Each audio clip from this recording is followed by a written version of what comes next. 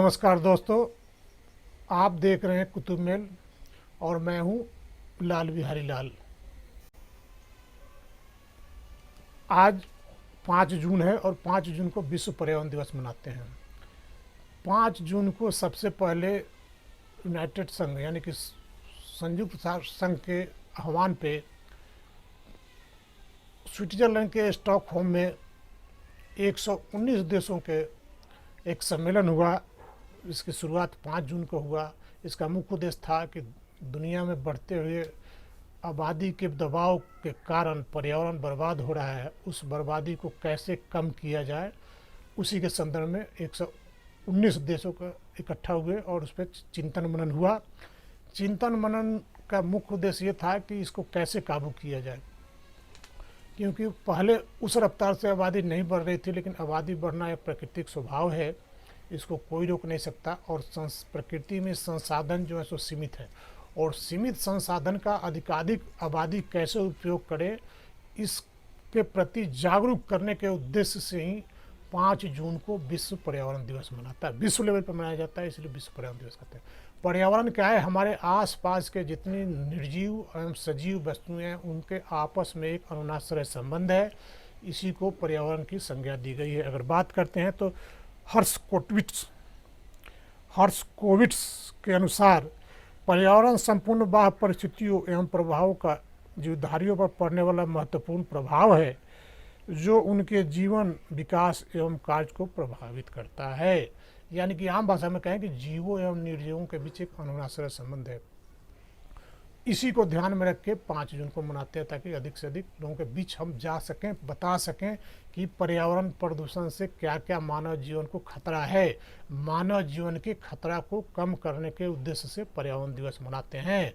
या मानव जीवन का समस्त जीवों पर एक संकट उत्पन्न हो सकता है, क्योंकि जीव वातावरण में अगर दूषित होगा या मलिन होगा या पानी दूषित होंगे, वायु दूषित होंगे, वातावरण में शोर फैलेगा, धुआं बढ़ेगा, तो ये सब चीज़ों से जैसा कि पर्यावरण खराब होगा और पर्यावरण खराब होगा तो जीवों के असर पे, सेहत पे काफ़ी असर पड़ेगा। इसलिए ज़रूरी है कि 5 जून को विश्व पर्यावरण दिवस मनाने, इसको सैद्धांतिक रूप से नहीं मनाना है, बल्कि इसको आप व्यवहारिक रूप से मनाइए, क्योंकि आप जो है सो कि प्रकृति के संसाधन को उपयोग करने की क्षमता तो रखते हैं, लेकिन उसके प्रति अपनी ड्यूटी का निर्वहन नहीं करते हैं।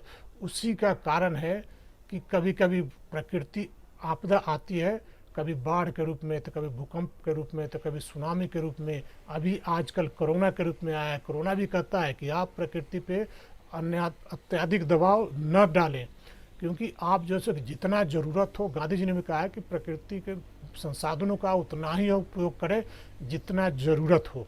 लेकिन मानव क्या करता है कि इसको भूल गया, उपयोग करने की तो बात करता है, लेकिन उसका अपने दायित्व के प्रति वो निर्वहनहीन हो गया, यानी कि शून्य हो गया दायित्व के प्रति। इसलिए जैसा कि प्रकृति, माल्थस ने भी कहा है कि जब विश्व में जनसंख्या बढ़ती है तो प्रकृति समय समय पे जो है अपना प्रकोप दिखाती है और जनसंख्या को प्राकृतिक रूप से काबू करती है। अभी हाल फिलहाल में कोरोना काल चल रहा है, इसका ताज़ा मिसाल देख सकते हैं।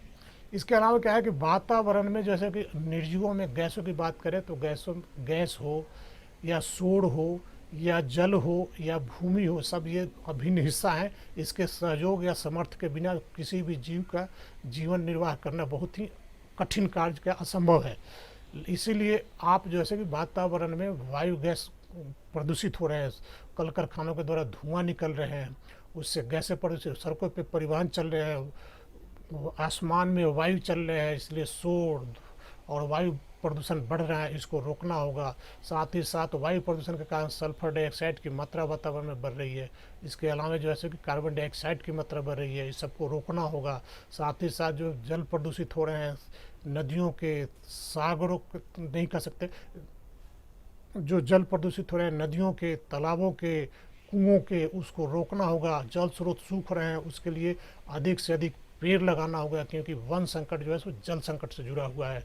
जब वन नहीं रहेंगे तो आपको पानी नहीं मिलेगा, पानी नहीं मिलेगा तो पानी के अभाव में जीवन के, क्योंकि शरीर के हिस्से में 55% टोटल वेट का 65% जो है पानी है। इसलिए आपको जल को भी बचाना होगा, साथ साथ भूमि को भी, उर्वरा को भी बचाना होगा, क्योंकि बढ़ती हुई आबादी के दबाव को खाद्यान्न की पूर्ति करने के लिए भूमि की उर्वरता को भी बरकरार रखना जरूरी है, वरना क्योंकि भूमि सीमित है, उस भूमि सीमित में से भी फसल का रकबा घट रहा है, आवास का रकबा बढ़ रहा है, उसको भी रोकना होगा। नहीं तो जैसे कि आने वाले दिनों में हम लोगों को बहुत संकट से गुजरना पड़ेगा। इसलिए प्रकृति को बचाएं और आज पर्यावरण दिवस पे शपथ उठाएं कि प्रकृति को अधिक से अधिक संसाधनों का नहीं बल्कि कम से कम संसाधनों का दोहन करके अधिक से अधिक बेहतर परिणाम कैसे लाएं। Subscribe now and press the bell icon. Never miss an update.